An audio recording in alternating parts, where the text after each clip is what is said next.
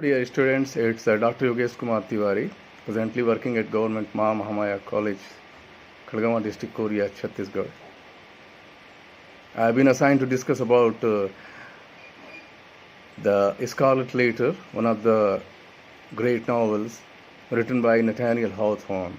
So before we before we continue our discussion on that particular novel, it will be worthwhile for all of us to know some details, some information about the writer Nathaniel Hawthorne.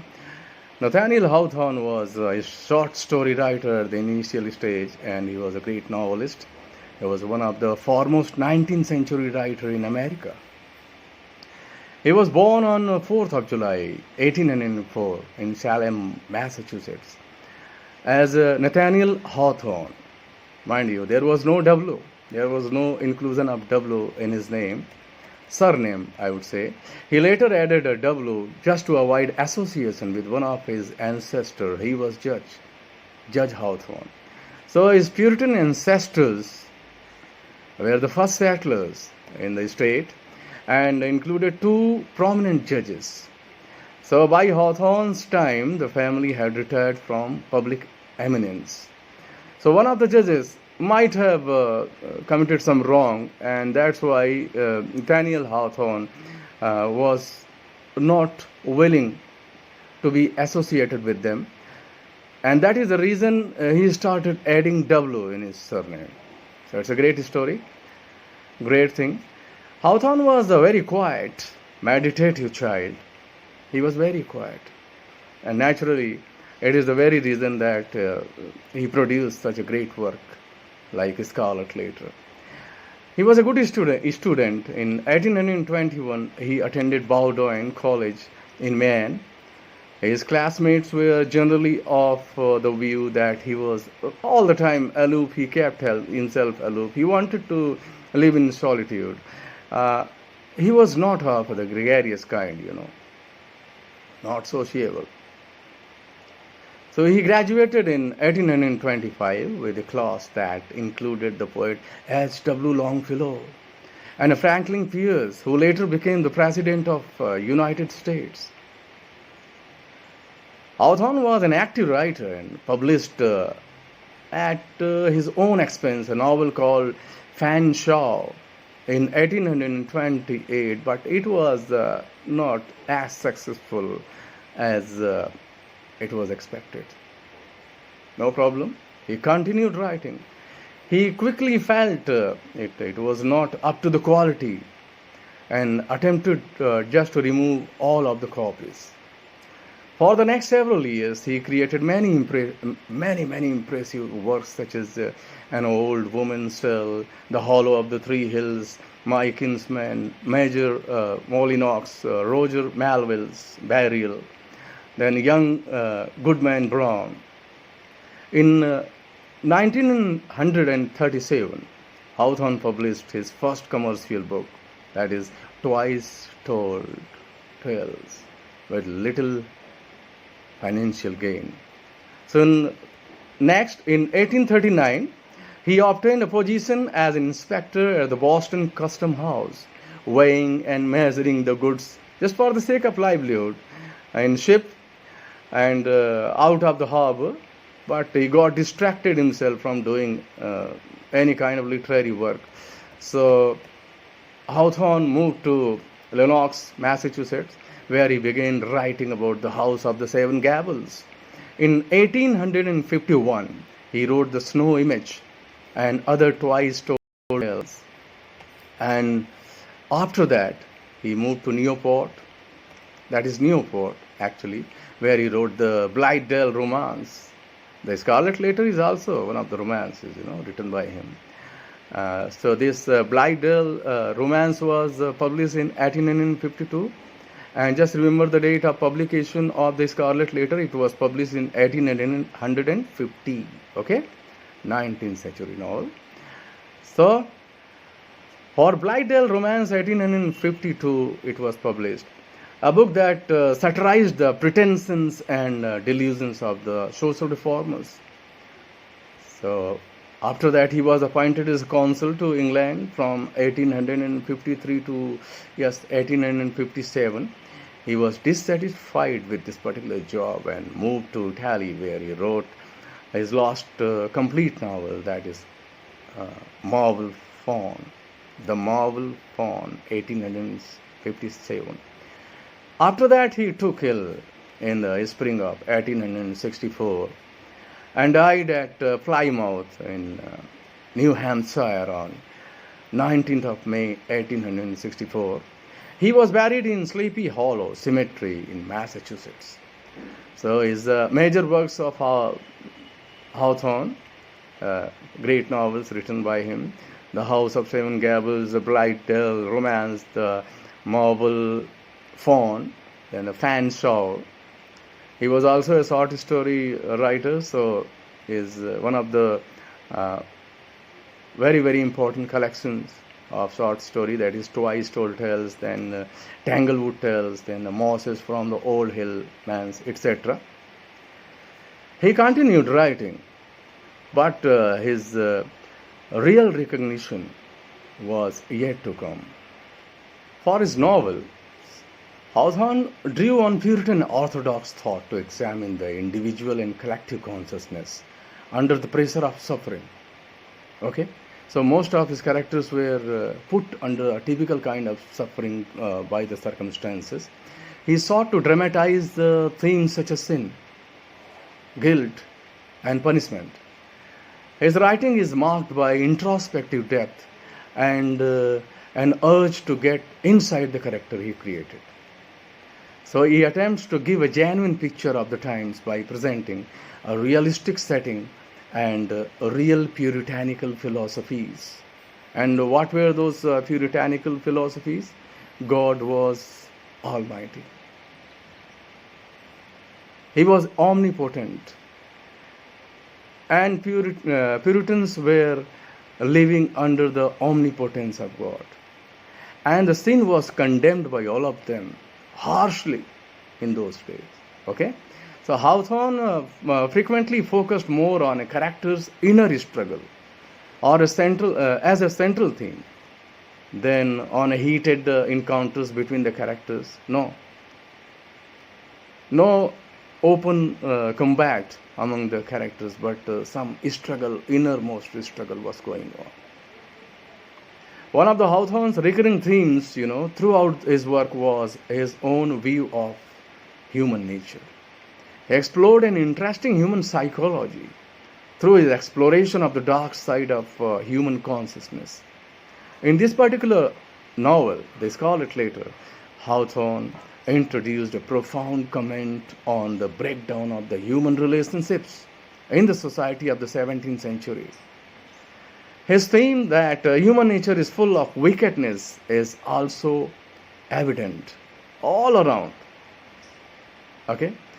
His modern themes were modeled by his own religious beliefs. For example, he raised questions concerning the morality and necessity of Hastings, one of the chief protagonists of this particular novel. He raised questions for the exile in the Scarlet Letter. One reason for these inquiries was Hawthorne's disbelief in heaven, hell, angels, or devils, since modern science was undermining the Bible. So he also employed allegory as a way of presenting themes. He achieved it by placing characters in a situation outside of the ordinary. He explored the themes of penance for sins, repentance, and cowardliness when one of the characters like Dimmesdale struggled with himself to make his sin public. So some kind of inner struggle was there in his novel. It can be safely asserted that Hawthorne's literary styles did indeed contain elements such as description and dialogue, which seemed out of place when compared to modern 20th century literature. However, his style was very typical of literary style of that particular time. Okay? So, he shaped his own literary style. He started writing his own, although his writing style was viewed as outdated when compared to modern literature. He conveyed modern themes of psychology and human nature through the use of allegory and symbolism. During the time when he wrote, printing technology was not as advanced enough to reproduce photographs in books. So therefore, Hawthorne frequently wrote lengthy visual descriptions. One of the such examples of such description is in the Scarlet Letter, when Hawthorne intricately describes the prison door and its surrounding. And the initial stage, when Hester Prynne is forced to stand on that particular scaffold, just wearing that Scarlet Letter on her breast. It was really very, very pathetic scene. Another aspect of his writing which was exclusive to his time was the use of formal dialogue, which remained consistent from the character to character. He adopted the technique partly from British writers, just like Sir Walter Scott, whose works were popular in the United States, also in Great Britain in those days. So, the Scarlet Letter is packed with some of the minor characters also, like Hibbins, like Mr. Walsingham. But the story moves around the three major ones. I would say four. Hester Prynne, protagonist, then Dimmesdale, then Roger Chillingworth, and Hester's daughter Pearl. So the whole story moves around these four major characters, although so many other important characters are there. With the passage of discussion, you will come to know. As far as dialogue, it was overly formal. It was an accurate tool to describe human emotion. He also uses some of the technique used in theaters. For example, the action in his novel are seen as if they were being enacted on the stage. So just remember that scaffold scene. So though you are studying novel, but it was presented in such a way as if the drama was being staged upon. Okay? So just watch his style.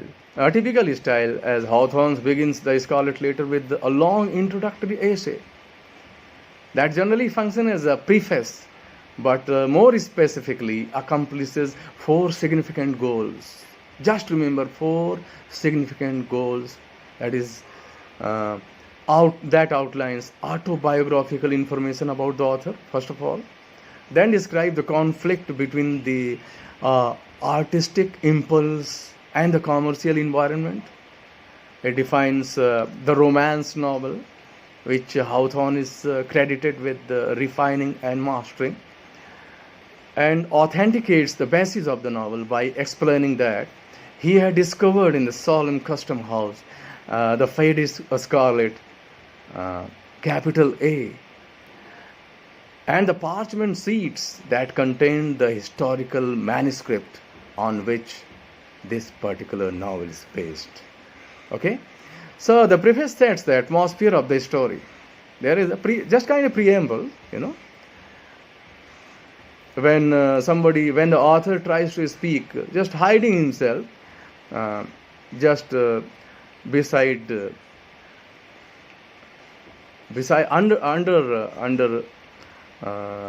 I would say the curtain, behind the curtain.